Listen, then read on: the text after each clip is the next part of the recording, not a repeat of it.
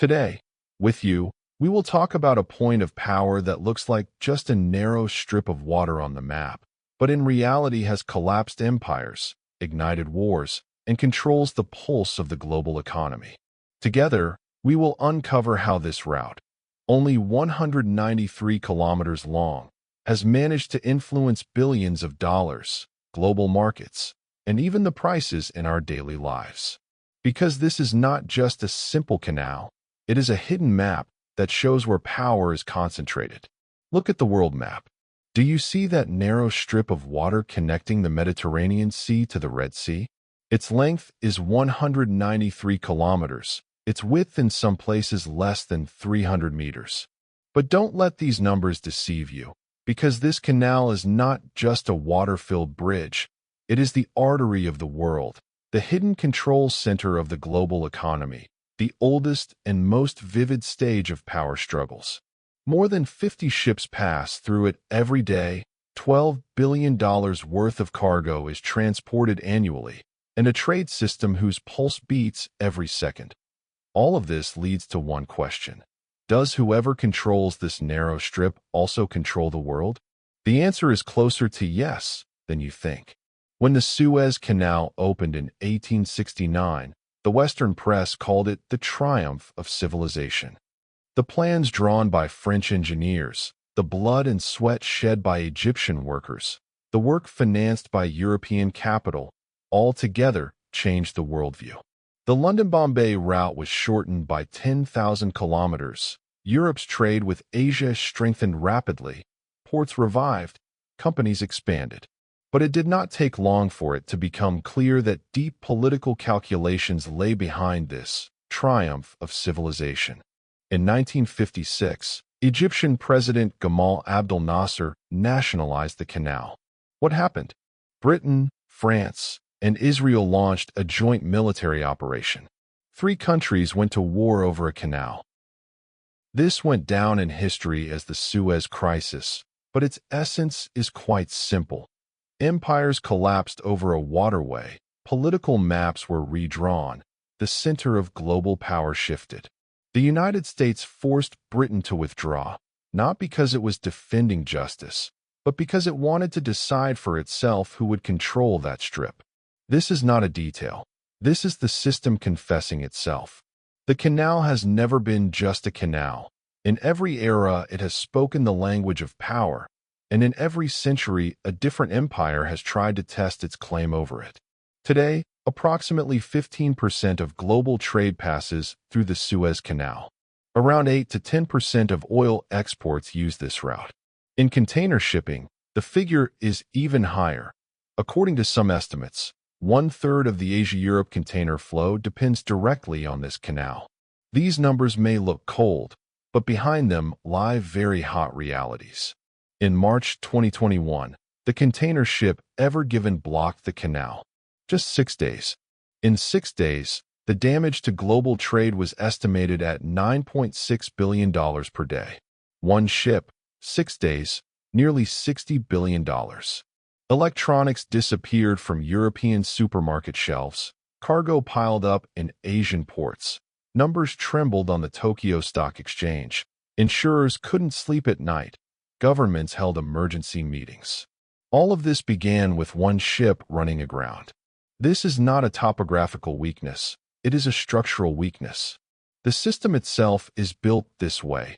Dependence on choke points was not intentional, but it inevitably created this picture.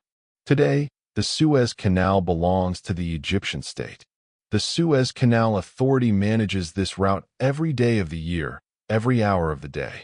Annual revenue is $8 to $9 billion, a significant part of Egypt's budget, meaning Egypt's relationship with its canal is not political, it is existential. But the dependence is mutual. Egypt depends on the canal, and the West depends on Egypt. This symbiotic relationship often appears stable, but major powers constantly play games over this stability. The United States, China, Russia, the Gulf countries, each has included this route in its geopolitical calculations. Each sends investment, weapons, diplomatic support to the countries along this strip. because all of them know that losing sight of this canal means being pushed out of the game itself.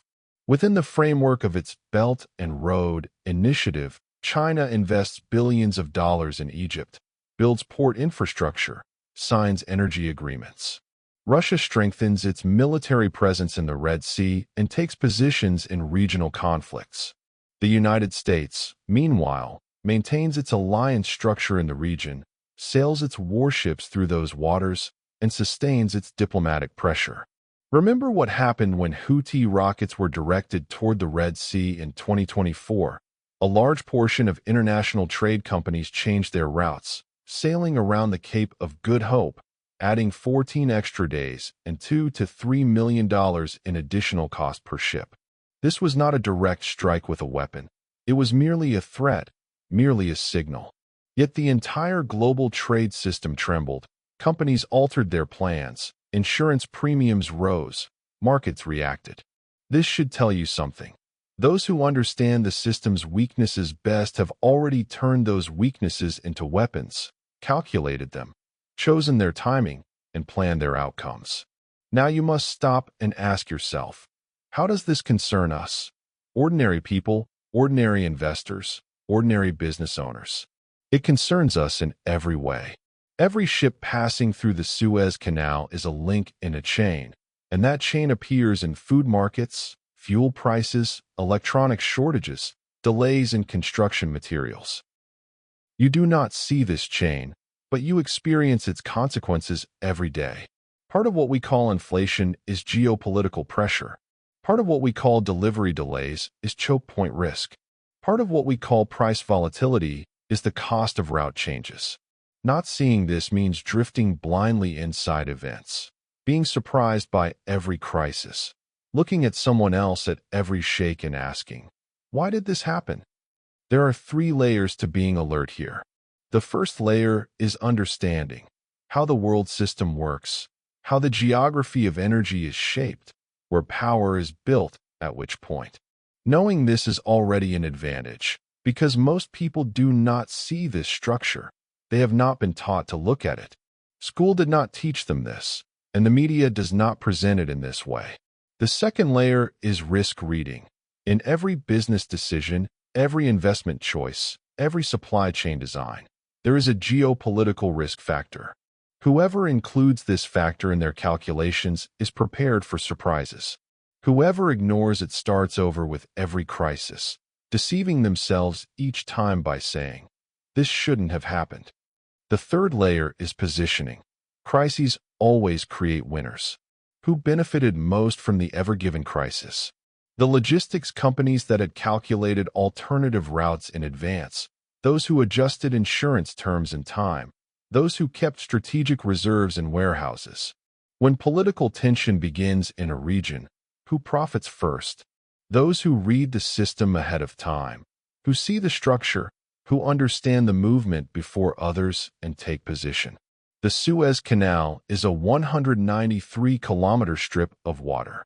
In the depths of that strip lie not just water, but the hidden history of collapsing empires, the flames of wars, and great shifts in power.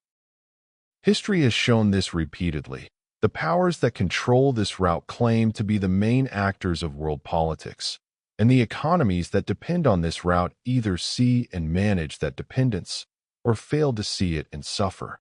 This choice belongs neither to governments nor to large corporations.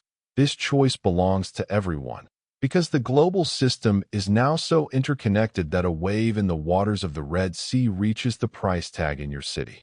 The choice is simple. Either you see this structure, or this structure sees you. And in the second case, the side that sees you never makes decisions in your favor. Thank you for watching us. If this topic was interesting to you, don't forget to like the video, subscribe to the channel, and activate notifications. In the upcoming videos on this channel, we will take a deeper look at history, economics, and the major processes shaping the world. Your opinions are important to us as well. Share your thoughts in the comments. Remember, those who understand the past build the future more correctly.